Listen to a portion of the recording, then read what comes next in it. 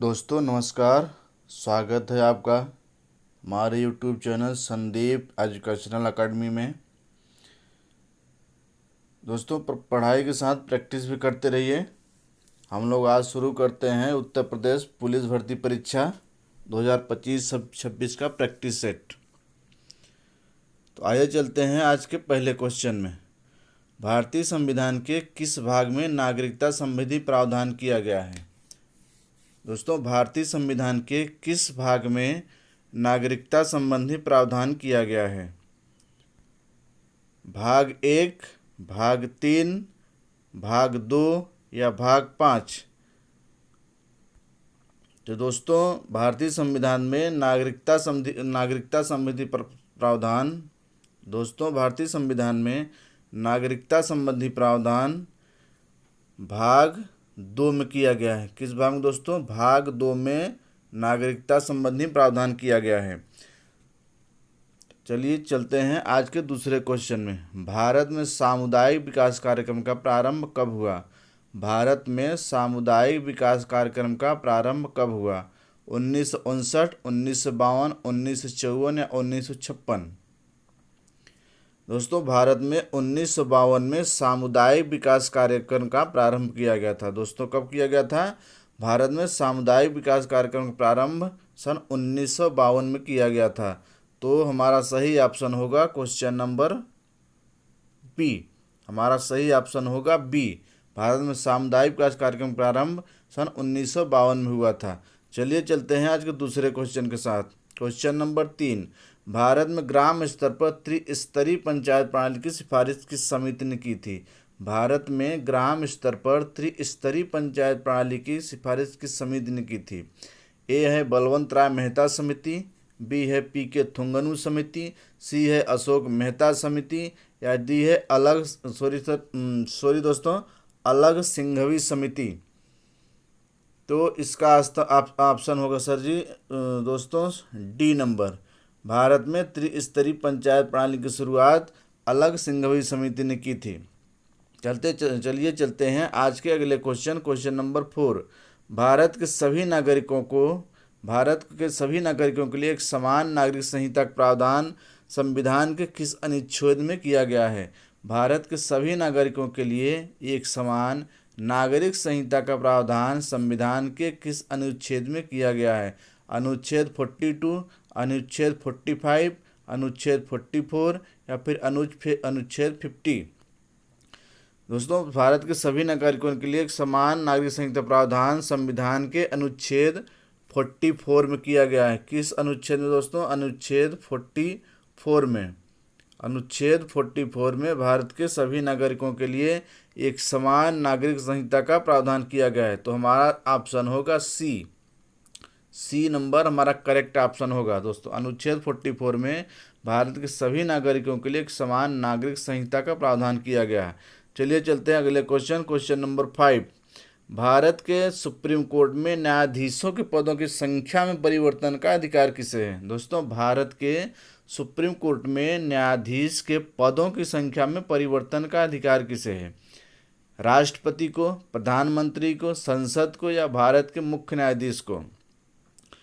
दोस्तों संविधान के अनुसार भारत में सुप्रीम कोर्ट में न्यायाधीशों के पदों की संख्या में परिवर्तन अधिकार संसद को है। किसे दोस्तों?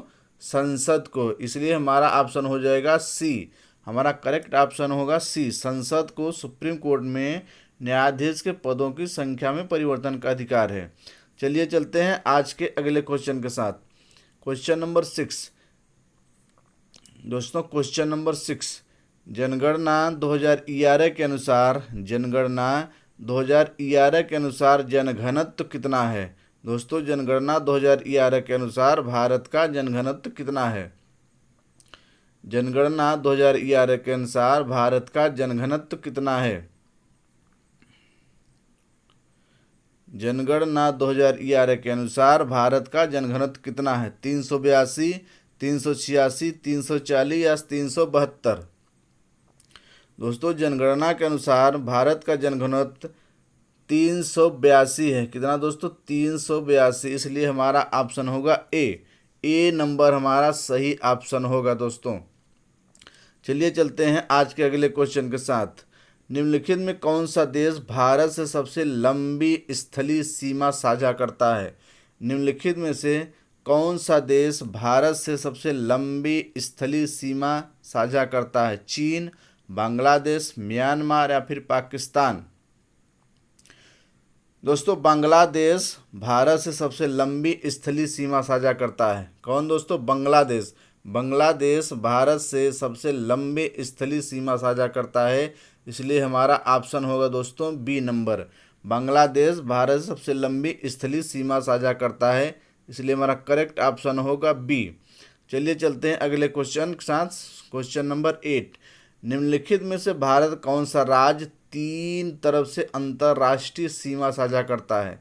निम्नलिखित में भारत का कौन सा राज्य 3 तरफ से अंतर्राष्ट्रीय सीमा साझा करता है? उत्तराखंड, अरुणाचल प्रदेश, सिक्किम, पश्चिम बंगाल? दोस्तों, सिक्किम जो है, सिक्किम राज्य 3 तरफ से अंतर्राष्ट्रीय सीमा साझा करता है। सिक्किम राज्य 3 तरफ से अंतर्राष्ट्रीय सीमा साझा करता है। वो 3 राष्ट्र कौन हैं दोस्तों? एक है नेपाल। कौन सा दोस्तों? नेपाल, भूटान और तीसरा कौन सा दोस्तों? चाइना। कौन सा दोस्त है? चाइना। नेपाल, भूटान और चीन। ये सिक्किम राज्य जो है नेपाल, भूटान और चीन से सीमा साझा करता है। चलिए चलते हैं आज के अगले क्वेश्चन के साथ। क्वेश्चन नंबर 9, भारत में जनसंख्या की दृष्टि से सबसे बड़ा राज्य कौन सा है? भारत में जनसंख्या की दृष्टि से सबसे बड़ा राज्य कौन सा है? उत्तर प्रदेश, महाराष्ट्र, मध्य प्रदेश या तमिलनाडु? दोस्तों, भारत में जनसंख्या की दृष्टि से सबसे बड़ा राज्य है उत्तर प्रदेश। कौन सा दोस्तों? उत्तर प्रदेश भारत में जनसंख्या की दृष्टि से सबसे बड़ा राज्य है। तो हमारा सही ऑप्शन होगा ए हमारा सही उत्तर होगा। उत्तर प्रदेश जनसंख्या की दृष्टि से भारत में सबसे बड़ा राज्य है। चलिए चलते हैं आज के अगले क्वेश्चन नंबर 10, संविधान के अनुच्छेद 1 के अनुसार भारत एक संघ होगा, भारत राज्यों का एक संघ होगा, भारत एक राज्यों का संघ होगा या इनमें से कोई नहीं? दोस्तों, संविधान के अनुच्छेद 1 के अनुसार भारत राज्यों का एक संघ होगा। क्या दोस्तों? भारत राज्यों का एक संघ होगा। क्या दोस्तों? भारत राज्यों का एक संघ होगा, इसलिए हमारा करेक्ट ऑप्शन होगा ऑप्शन नंबर 2। संविधान के अनुच्छेद 1 के अनुसार भारत राज्यों का एक संघ होगा, हमारा ऑप्शन होगा 2। चलिए चलते हैं आज के अगले क्वेश्चन के साथ। क्वेश्चन नंबर 11, भारत में किस अधिनियम के तहत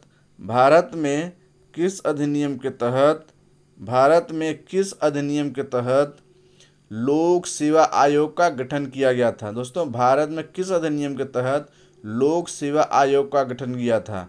सन 1905 का अधिनियम, 1935 का अधिनियम या 1919 का अधिनियम या 1947 का अधिनियम? दोस्तों, भारत में 1919 के अधिनियम के तहत और सन 1926 में, कब दोस्तों? सन 1926 में लोक सेवा आयोग का गठन किया गया था। कब दोस्तों? 1926 में भारत में लोक सेवा आयोग का गठन किया गया था और ये लोक सेवा आयोग सन 1919 के अधिनियम के तहत किया गया था। किसके अधिनियम से दोस्तों? सन 1919 के अधिनियम के तहत। तो हमारा करेक्ट ऑप्शन होगा सी। भारत में 1919 के अधिनियम के तहत सन 1926 में लोक सेवा आयोग का गठन किया गया था। चलिए चलते हैं आज के अगले क्वेश्चन नंबर 12, संविधान के किस अनुच्छेद में मंत्रिपरिषद का उल्लेख किया गया है? संविधान के किस अनुच्छेद में मंत्रिपरिषद का उल्लेख किया गया है? अनुच्छेद 72, अनुच्छेद 78, अनुच्छेद 76 या फिर अनुच्छेद 74?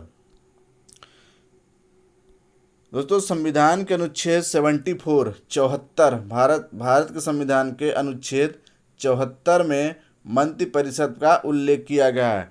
अनुच्छेद 74 में कहा गया है कि भारत का एक प्रधानमंत्री होगा जो अपने मंत्रिपरिषद के सहायता और सलाह के अनुसार कार्य करेगा। तो दोस्तों, इसका सही ऑप्शन होगा डी नंबर। भारत के संविधान में अनुच्छेद 74 के तहत भारत के संविधान में अनुच्छेद 74 के तहत मंत्रिपरिषद का उल्लेख किया गया है। चलिए चलते हैं आज के अगले क्वेश्चन नंबर 13। भारत में प्रथम बार परिसीमन आयोग का गठन किया गया था। भारत में प्रथम बार परिसीमन आयोग का गठन किया गया था सन 1962, 1952, 1973 या फिर 2002। दोस्तों प्रथम बार भारत में परिसीमन आयोग का गठन सन 1952 में किया गया था। कब दोस्तों? सन 1952 में प्रथम बार परिसीमन आयोग का गठन किया गया था भारत में। तो हमारा करेक्ट ऑप्शन होगा बी हमारा करेक्ट ऑप्शन होगा दोस्तों। सन 1952 में प्रथम बार परिसीमन आयोग का गठन किया गया था। चलिए चलते हैं आज के अगले क्वेश्चन नंबर 14। निम्नलिखित में कौन संसद का अंग नहीं है? निम्नलिखित में कौन संसद का अंग नहीं है? राज्यपाल, राष्ट्रपति, लोकसभा या फिर राज्यसभा। दोस्तों संसद के 3 भाग होते हैं, राष्ट्रपति, लोकसभा, राज्यसभा। इन तीनों से मिलकर भारत की संसद का निर्माण होता है। तो इनमें से संसद का अंग कौन नहीं होगा दोस्तों? राज्यपाल दोस्तों संसद का अंग नहीं है। तो हमारा करेक्ट ऑप्शन होगा ए क्या होगा दोस्तों? हमारे करेक्ट ऑप्शन होगा राज्यपाल जो है संसद का अंग नहीं है। तो ए हमारा करेक्ट ऑप्शन होगा। चलिए चलते हैं आज के अगले क्वेश्चन नंबर 15 के साथ।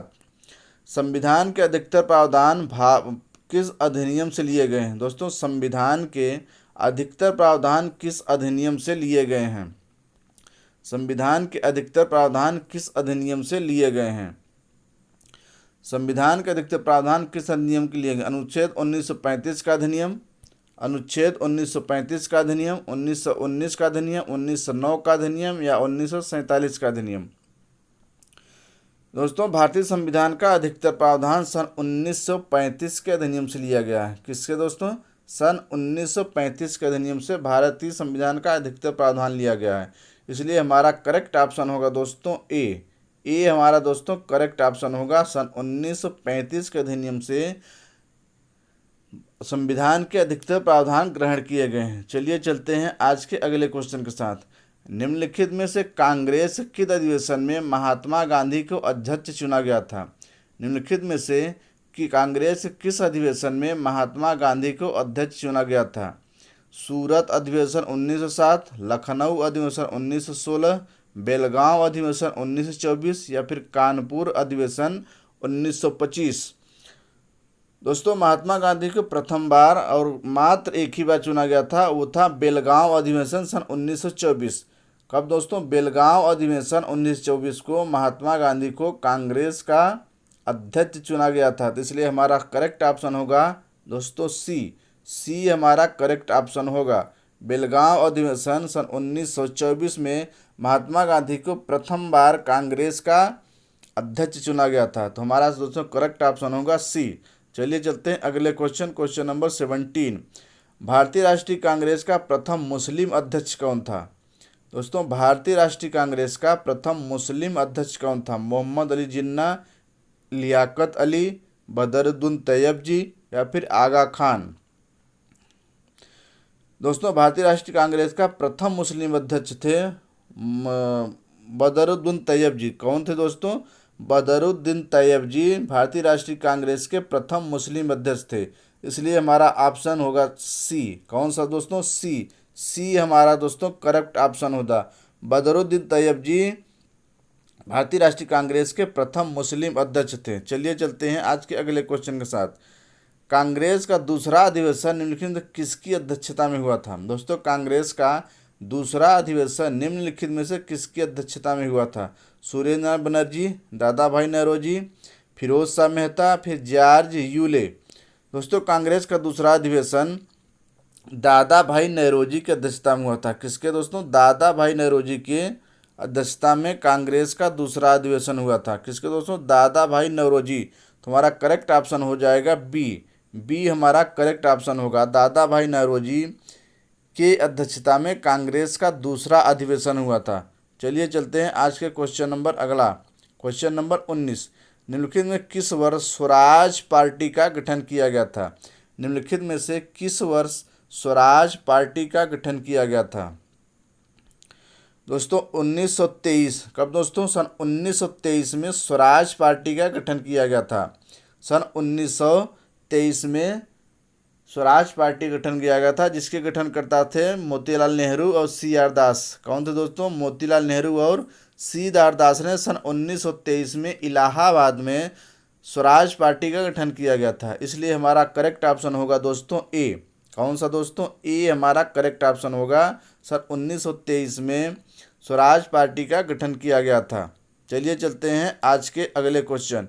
निम्नलिखित में से मुस्लिम लीग की स्थापना किस वर्ष हुआ था? निम्नलिखित में से मुस्लिम लीग की स्थापना किस वर्ष हुआ था? सन 1905, 1906, 1907 या फिर 1908?